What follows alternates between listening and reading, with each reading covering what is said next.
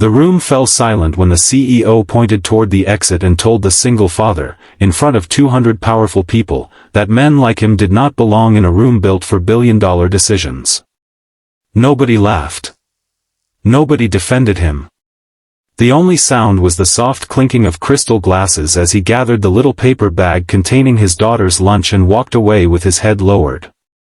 What nobody in that glittering ballroom knew was that the man they had just humiliated was carrying something far more valuable than a designer suit or a powerful title. He was carrying the final piece of information that could decide whether his company would win, or lose, the largest defense contract in its history. Before we uncover what happened next, if you believe kindness, dignity, and second chances still matter, please like this video, share it with someone who needs to hear this story, leave a comment, and subscribe to Epic Story Hub. Your support helps us bring more emotional stories like this to you. It was a bright Tuesday morning in Arlington, Virginia, and sunlight poured through the enormous windows of the Meridian Defense Headquarters, turning the polished marble floors almost golden. Executives moved quickly through the building, carrying tablets, folders, and cups of expensive coffee.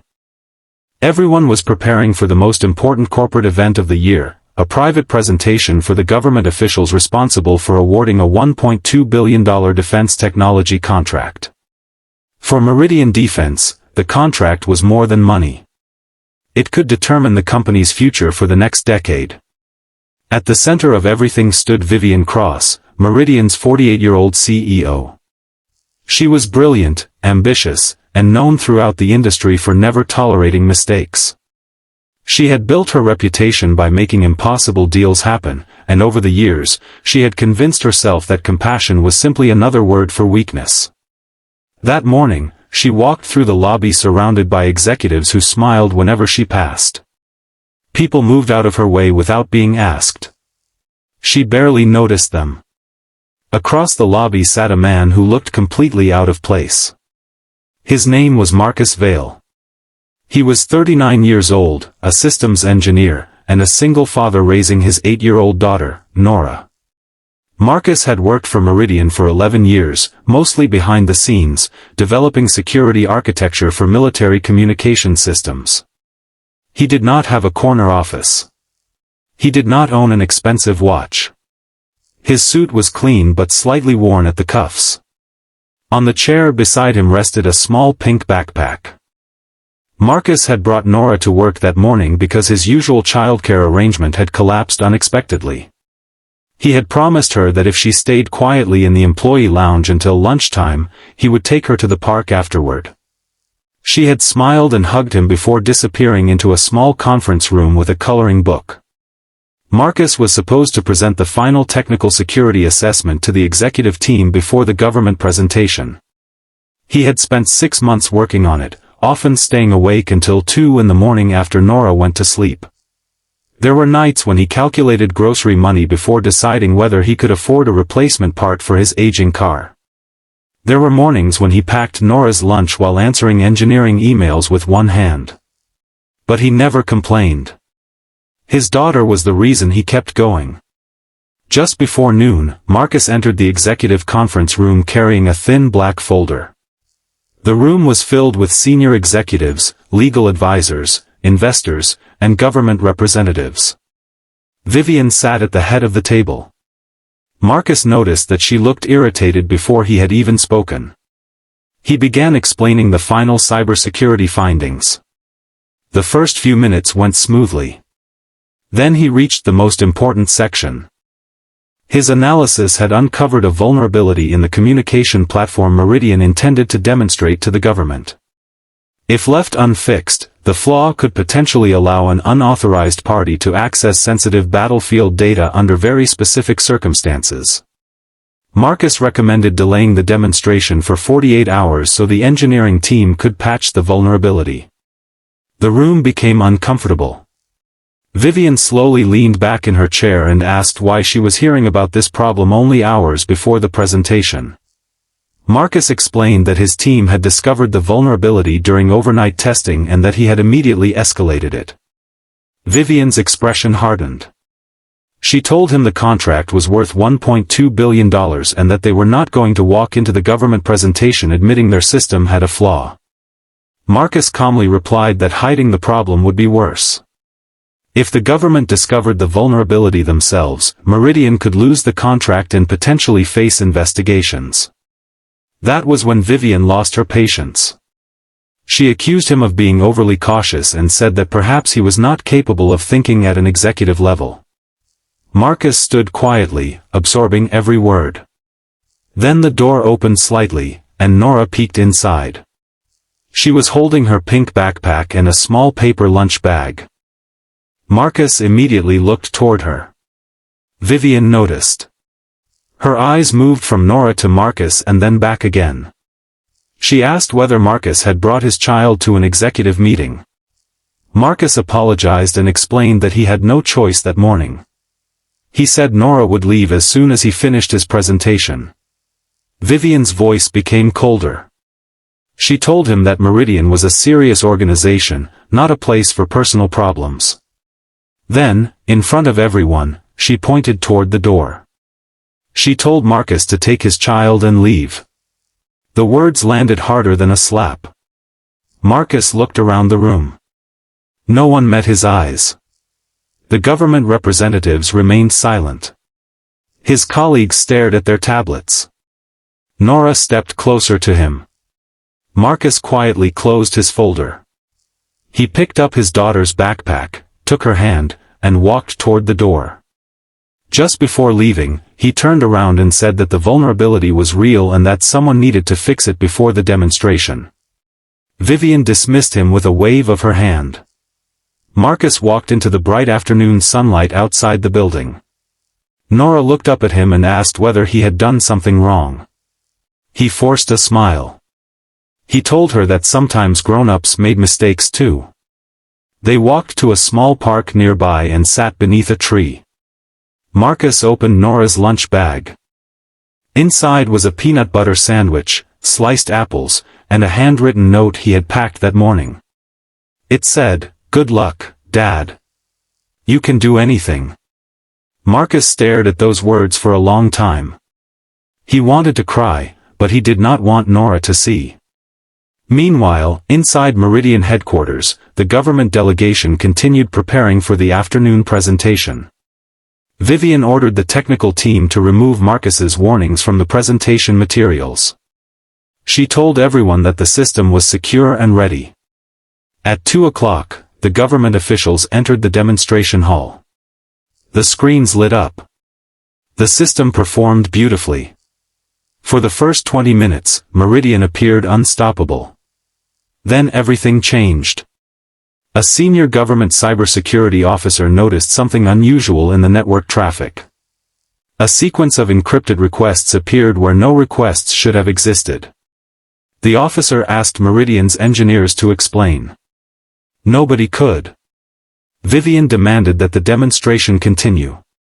But within minutes, the government team discovered the same vulnerability Marcus had warned about. The room went silent. The lead official asked who had originally reported the flaw. One engineer hesitated before answering. Marcus Vale. The official asked where Marcus was. Nobody answered. Vivian suddenly realized what she had done. She had humiliated and dismissed the one person in the building who had tried to protect the company. The government delegation ended the presentation. By the next morning, Meridian's stock price had fallen sharply. News of the failed demonstration spread through the defense industry.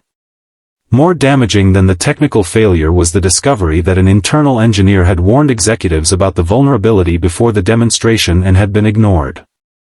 Within 48 hours, the government suspended the contract review. The $1.2 billion deal was gone. Vivian sat alone in her office looking through the security report Marcus had prepared. Every page was precise. Every warning had been documented. Every recommendation had been ignored. For the first time in years, she felt something she had forgotten how to feel. Shame. Then another problem emerged. The government offered Meridian one final opportunity. If the company could produce a secure replacement architecture within 7 days, officials would reconsider the contract. But the engineering team could not solve the problem. The flaw was deeper than anyone realized. There was only one person who had already understood the entire vulnerability. Marcus. Vivian drove to his small apartment that evening. Marcus opened the door wearing an old sweatshirt. Nora was sitting at the kitchen table doing homework. Vivian looked uncomfortable. She had rehearsed an apology in the car, but suddenly every word felt too small. She told Marcus that she needed his help. Marcus stared at her. Then he asked whether she wanted his help because he was qualified, or because everyone else had failed. Vivian had no answer. After a long silence, she apologized. Not as a CEO. Not as a powerful executive. As a human being. She admitted that she had judged him because he arrived with a child and because his clothes did not look like the clothes worn by executives in her world. She admitted that she had confused authority with wisdom. Marcus listened. Then he looked at Nora. His daughter smiled quietly. Marcus agreed to help. For the next 7 days, Marcus worked with a small team around the clock. But this time, nobody ignored him. He redesigned the vulnerable architecture, created new safeguards, and personally tested every layer. He did not do it for Vivian. He did it because thousands of soldiers could eventually depend on the system. On the 7th morning, the government team returned. Marcus presented the new architecture. There was no flashy speech. No dramatic sales pitch. Just facts, testing results, and complete transparency. When the final security test passed, the room remained silent for several seconds. Then the lead official stood and shook Marcus's hand. The $1.2 billion contract was restored, but with one important condition. Marcus would lead the independent security oversight team. Vivian agreed immediately. Months later, Meridian had changed. The company introduced a childcare assistance program for employees.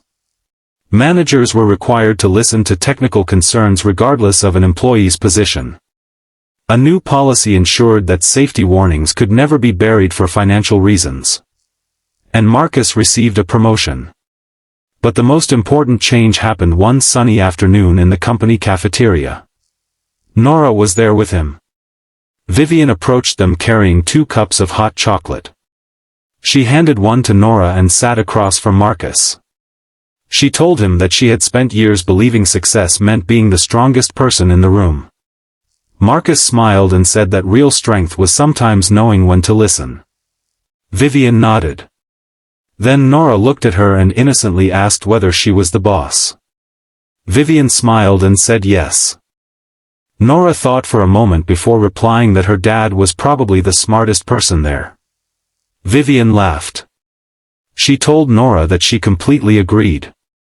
Marcus looked out the window at the afternoon sunlight shining across the courtyard. A year earlier, he had walked out of that same building feeling humiliated and defeated.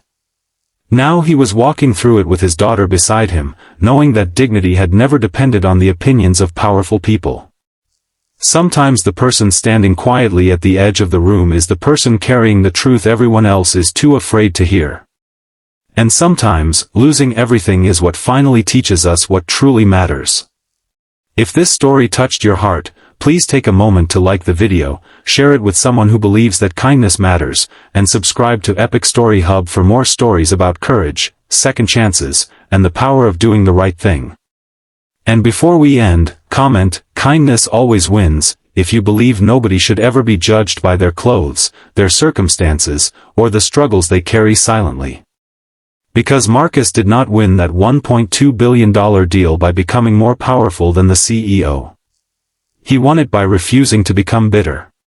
He chose integrity when it would have been easier to walk away. And in the end, the man who was told he did not belong in the room became the very person the room could not succeed without.